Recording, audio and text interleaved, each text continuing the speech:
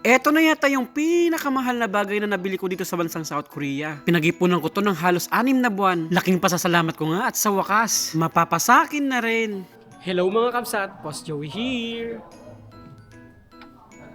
Unboxing S24 Ultra. 1TB ito mga kabsat. Bago ang lahat, gusto ko muna magpasalamat sa kaibigan naming sa Audi. Dito nga kasi kami nag-stay sa bahay niya nung Saturday night. Kasama kasi namin siya sa mga gala. Tinimbitahan niya kami. Siya daw mag-book kami ng hotel accommodation. Dito na lamang dahil libre. 15 minutes na biyahe lamang ay nasa Seoul ka na kagad. Bukod doon, pinag-prepare din niya kami ng mga masasarap na pagkain. Sisig, spaghetti, at Shanghai. Cake na lang talaga ang kulang. Ang plano ko dapat noon ay i-prank sila. Sinabihan ko si Ken na bumili ng cake. Iso-surprise naming birthday ni Audi. Ang kaso alam niya kung kailan talaga ang birthday ni Audi. Kaya hindi natuloy. Nagsama-sama kami natulog sa isang kwarto. At halos alas 2 na yata kami nung makatulog. Sadyang ganun talaga, sinusulit namin ang bawat pagkakataon. Bibihira lang kasi kami magkita-kita. Heto nga pala yung cellphone na napakatagal ko nang ginagamit. Note 9 po siya mga kabsat. Halos 2 taon ko itong ginagamit. At eto yung naging punan ko sa pagbablog. Nabili ko nga lang pala ito online. At second hand ito mga kabsat. Sa pagkakaalala ko ay nasa 280,000 won o 11,000 pesos. Ilang hakbang nga lang pala mula sa bahay ni Audi ay merong isang park na napakaganda. Kaya dumaan muna kami saglit at in-enjoy namin ng cherry blossoms dito. Tignan nyo tong si Bebang, tuwang-tuwa ako sa kanya. Kasi naka S24 Ultra din siya. Bagay na isa rin nagpalakas ng loob ko na bumili ng bagong cellphone. At nahiya na rin ako sa mga kaibigan ko. Lagi kasi ako nakikisuyo sa kanila para kunan ako ng picture. Buti nga't napakababait nila at napakasuportado. Ilang sandali na lamang ay makakapagpahinga ka na. Gayon pa man ay laking pasasalamat ko sa cellphone kong luma. Napakaraming vlog kasi ang na-edit ko gamit ito.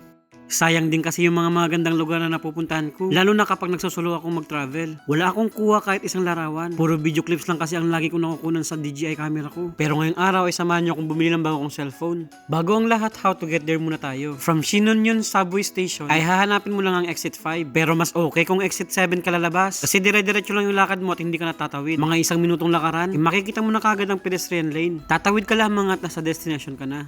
Samsung outlet nga pala ako bumili mga kabsat. Payo ito ng ilang kong mga kaibigan. At ang unang bumili dito ay si Bebang kagahapon. Sinamahan siya ni Repax. Nag-search lang daw sila sa map ng nearby Samsung outlet. At heto yung lumabas. Kaya agad nilang tinungo. Napakababait ng mga staff dito. At kakilala pa rin sila dahil kagahapon nga lang sila bumili. Ang pag-purchase nga pala ng cellphone dito ay online lamang. At hindi kagaya ng iba na cash only. Kailangan naka-online banking ka. Napakamura ko nga lang pala nabili ang cellphone na to. At para malaman nyo kung bakit, mamaya sasabihin ko. Agad na nga pala akong pinaupo ng isa sa mga staff nila para masimulan na kagad ang pakay. Ito lang yung magiging problema mo rito. Koreans. As usual, language barrier tayo rito. Nakakapag-English naman yung staff na to. Ang kaso ay pahirapan pa rin kami sa pag-intindi. Mabuti na lang talaga kasama ko si Bebang at saka si Repax. Mga hanggang maltsare. Sabi ko kanina ay online ang pag-purchase ng mga phones dito. Bagay na hindi ko inakala. Kasi sa mga nakasanayan kong mga stores, naka-display yung mga bibilin mong cellphone. Dito ay mga model lamang. Mga props kumbaga. Nasa stock room nila ang pinaka-item. Medyo natagalan nga pala kami rito. At umabot kami ng isang oras. Nagka-problema kasi dahil hindi ako naka-online banking. Ginamit namin ang account ni Ken. Ang kaso ay nagka-problema din dahil bagong palit siya ng number at hindi matrace ng staff nila. Pinapili muna ako ng staff ko anong cellphone ang bibilin ko. At napili ko ang S24 Ultra. 1TB na mga kabsat. Para 10 taon ko itong gagamitin. Agoy, napakaangas naman. Napakalaki ng internal storage. Hindi sa pagmamayabang pero masasabi kong deserve ko naman to. Pinag-ipunan at sariling sikap. Ilang buwan nga rin yata akong puro itlog ang ulam.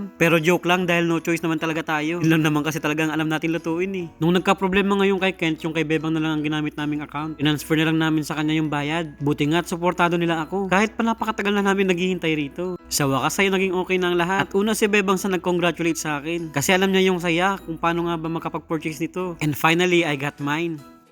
Nahihiya talaga ako sa mga kasamahan ko. Ba naman isang oras kami naghintay rito. Meron nga dapat kaming papasyalan. Ang kaso hindi na yata matutuloy. Kaya sorry kagad ang kabsat ninyo. Eto't nakuha na nga ng staff yung bago kong phone. Alos hindi na talaga may pinta yung mukha ko niyan. Kasi super excited talaga ako. Pinakamahal na nabili kong bagay dito sa bansang South Korea. Pero mura ko lang siya nabili rito sa Samsung outlet. Eto na yung pag-unbox ko sa S24 Ultra. Mahahalata mo talagang excited ko talaga dyan. At puro na akong ngiti sa mga kaibigan ko. At kung tatanungin nyo nga pala ako kung magkano, hindi po siya umabot ng 2 million won. Comment na lang kayo kung how much. I-message ko kayo kung magkano. Ngiting wagi mga kabsat. Tinanong nga pala namin yung staff kanina kung bakit online yung pag-purchase ng phone dito. At ang sagot niya, more cheaper daw. Mas mababa compare mo sa ibang stores. Kaya pala hindi siya umabot ng 2 million won. Lilinawin ko lang mga kabsat ha. Napakatagal ng panahon kong pinag-ipunan ng cellphone na to. At bago ko siya binili, siguro ay nasa 100 beses ako nag-isip kung anong brand at kung anong babagay sa akin. Pinili ko ang S24. Ang sabi kasi nila, Samsung, brand yan ng South Korea. Galing din kasi sa pagka trabaho ko rito sa bansang South Korea ang pinambili ko rito. Kaya nararapat lang na Samsung ang bibilhin. Oops, hindi tayo nagyayabang dito ha. Sana soon ikaw din, makabili ka ng para sa'yo. Kasi deserve mo. Manlibre ng ice cream sa mga taong naghintay sa'yo. Heart heart.